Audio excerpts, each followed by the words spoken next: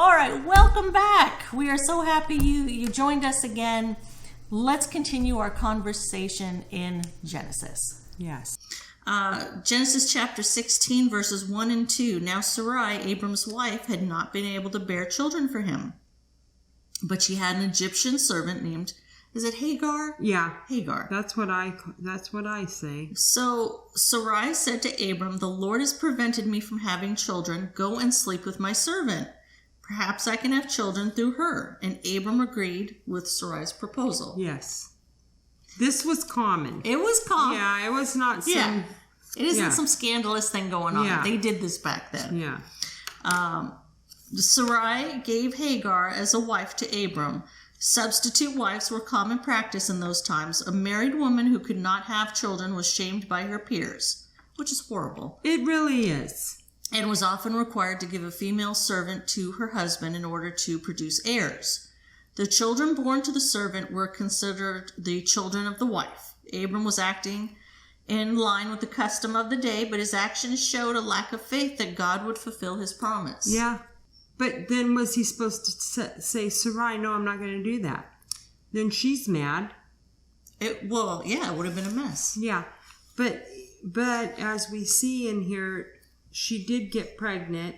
Then she started treating Sarai bad. And that's even more horrible. Yeah, and then Sarai gets mad at Abram saying, this is all your fault that she treats me bad because you slept with her. Well, the poor man, he can't win. What is he supposed to do? He's like, he's going to tear his clothes and put dirt on his face. He's just going to... Because that's what they did. You know he's going to... Listen, you said sleep with this gal. I slept with the gal. She's pregnant. Now you're mad at me that I slept with the gal and she got pregnant. Go handle your business. Yeah. What do I have to do with this now? Yeah. Why are you bringing this to me? Why are you bringing this to me? I mean, honestly, he did what she said. Yes, he did. Sarai took matters into her own hands by giving Hagar to Abram. Like Abram, she had trouble believing God's promise, which was directed specifically toward Abram and Sarai. Out of his lack of faith, you read that. No, go ahead. Series of problems. This inevitably happens when we take over for God, trying to make his promise come true through efforts that are not in line with his specific directions. In this case, time was the greatest test of Abram and Sarai's willingness to let God work in their lives. Sometimes we too must simply wait. When we ask God for something, we have to wait. We can be tempted to take matters into our own hands and interfere with God's plans. And that's what it's all about. Patience. Yeah. I've been talking to Chris about patience for this last month. Come on, yeah. That's her husband. That's my husband. It's, once again, it's not easy to be patient. When you want an answer. Yeah. Like, what's going on? Yes, no, what's going on? Yeah. Sometimes I spit. Sometimes you just have to be patient. Yeah. I'm telling you. And they weren't. Sarai's like, this is happening. Yeah, we're doing it. I'm done. I'm tired of these looks and all these women looking at me and downgrading me. Get her preg. Yeah. And now she's mad. Get her pregnant. Abram replied, look, she's your servant, so deal with her as you see it. Then Sarai treated Hagar so harshly that she finally ran away. There's a whole lot of drama going on there. I mean, really. Two women together? I'm running away from my mistress, Sarai. I mean, you've got wives, mistresses, having kids. There's going to be drama. Men. And then it says, the angel of the Lord said to her, return to your mistress and submit to her authority. I will give you more descendants than you can count. Yeah, and it said in the notes that Hagar needed to work on her attitude towards Sarai, no matter how justified it may have been. Running away from problems rarely solves them. It is wise to return to our problems, face them squarely, accept God's promise of help, correct our attitudes, and act as we should. Right. Sometimes you just got to put on your adult pants, your big girl pants, your big boy pants, and deal with what's going on. Yeah. Yeah, just get it done.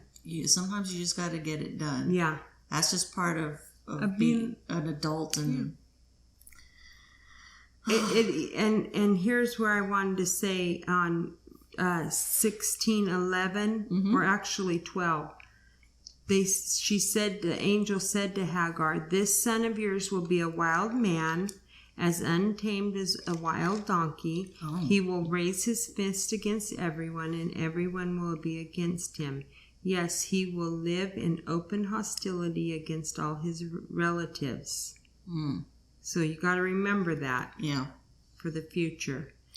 Yeah. And did you say that the angel also told, the angel Ishmael said she was going to have a son, and that the child was going to be named Ishmael, meaning God hears. Yes. I didn't say that. Okay, because the Lord heard her cry of distress. Yes. Abram was 86 when Ishmael was born. He's getting up there. Yeah. Therefore, Hagar used another name to refer to the Lord who had spoken to her. She said, "You are the God who sees me." She also said, "Have I truly seen the one who sees me?" And then in the notes it said, in spite of this messy situation, God demonstrated his ability to work in all things for good. Sarai and Abram still received the son they so desperately wanted, and God solved Hagar's problem despite Abram's refusal to get involved. I mean, do you blame the guy for not wanting to get involved? No, I don't. No. He's smart. He turned that corner, saw what was going on. He's like, nope. Nope, let me just turn back around and go. No problem is too complicated for God if you are willing to let him help you. That's right. Amen. Oh, that is so the truth. Yeah. That's all I had for chapter 16. Me too. Okay. Me too. For 16, yes. Okay. Now. Oh, I did have one more thing. Go for it. On Ishmael, when they talked about his life, God's plans incorporate people's mistakes. We have seen that throughout the Bible already, and we're only on page 36.